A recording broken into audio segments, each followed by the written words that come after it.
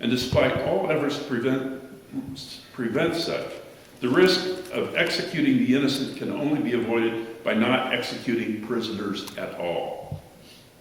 Living with the nightmares is something that we know from experience.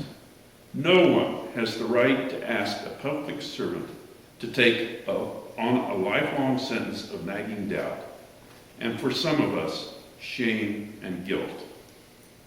Should our justice system be causing so much harm to public employees, not to mention the families of murder victims, and also the families of those who were executed?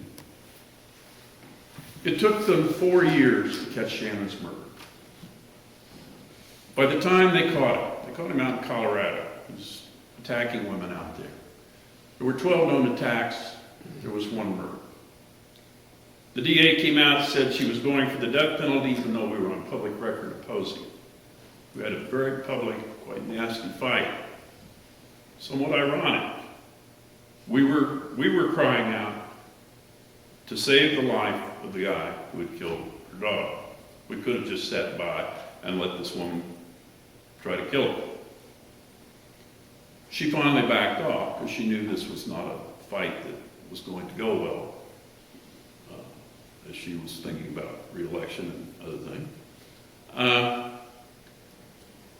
The night he was captured, they had DNA evidence in all these cases but one. They had fingerprints in that case. They had so much evidence on this guy, there was no way he was going to wiggle out of any of this. He was arrested on the 23rd day of April in 2002. On the 31st day of May in 2002, he was sentenced to life in prison without parole for Shannon's murder. In 6 weeks, we were done with our ordeal in court, as opposed to an average of 17 years. We could go on with our lives. We got to know all but 2 of the other victims, or in one case we got to know the parents, not their daughter, but in every one of them was quite gratified at the position we took. Because the position we took, they themselves did not have to go through the trials, because he was pleading guilty to their cases as well. They did not have to go through the debilitating process of reliving what happened to them that night, dealing with the multiple appeals that undoubtedly would have occurred had they pursued the death penalty. For us, as we looked at the evidence, we could not find any path that led us towards saying this person should be put to death because he had killed our dog, but rather that he should be in prison for what he did and because he was an ongoing risk to society. He's a sexual predator. But we believe that we made the right choice because we could go on and lead a constructive life and not let him completely destroy more than just the life of our dog. Not let him destroy Shannon's whole family. Vicki is now going to talk about some of the changes that have been made as a result of Shannon's experience. Remember, I taught the topic here was the journey from pain to peace. One part that can be so healing and positive for a murder victim's family, if you've gone through this horrible, horrible experience, is to be able to see something good that came out of it, something that changed things for the better. Because that's the way of honoring your loved one. You have something there to say, thank you, God, for making this happen. Shannon's story got the interest of the police and the city council in the city of Philadelphia. Because all these cases came out later, they said, well, we want the police commissioner to come in and explain, why didn't you see this pattern? Why, now that we have all these extra crimes that unfold, and we've got DNA evidence, why wasn't this becoming known to people? What happened? And they made the police commissioner come in, and he told them as a part of the city council requirement that they had to go back and audit all the cases that were classified as IOP, that means investigation location of person. So therefore, it wasn't counted as a crime, and it wasn't submitted to the FBI, so that this pattern hadn't been detected and Shannon hadn't known about it.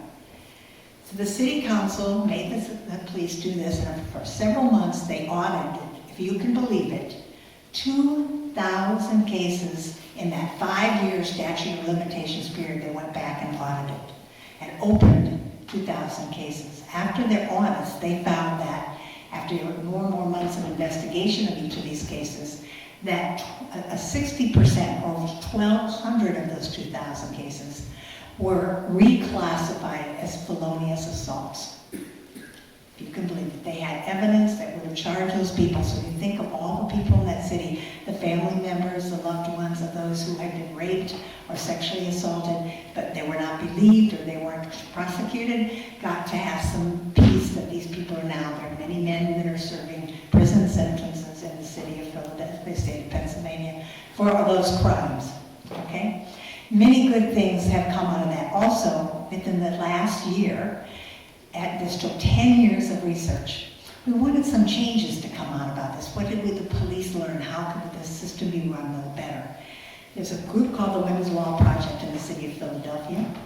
They brought together a bunch of resources. They applied for grants with the Department of the FBI and the Department of Justice and collected millions of dollars to really do a national research because they started seeing these patterns of underreporting of crimes in major cities around the United States. A lot of police departments apparently were using this downgrading of crime just to make their cities look safer. You know, you can't hide a homicide, you've got a dead body. There's certain crimes you can't do that. But sexual assaults and that kind of crime sometimes is something that is a little more difficult to get exact proof of, and they didn't have. So they would not count them as a crime. They wouldn't sometimes believe the woman or the person that was involved. So they went back and started with this money they collected from this project, a whole new pattern of developing training programs. How do the police respond to 911 calls? How do they have better training for what to do in these situations when there's people there that stand around and say, yes, we did hear a noise in there, yes, we do it, but the police don't have any evidence. How do they do their better then to discover this in the future?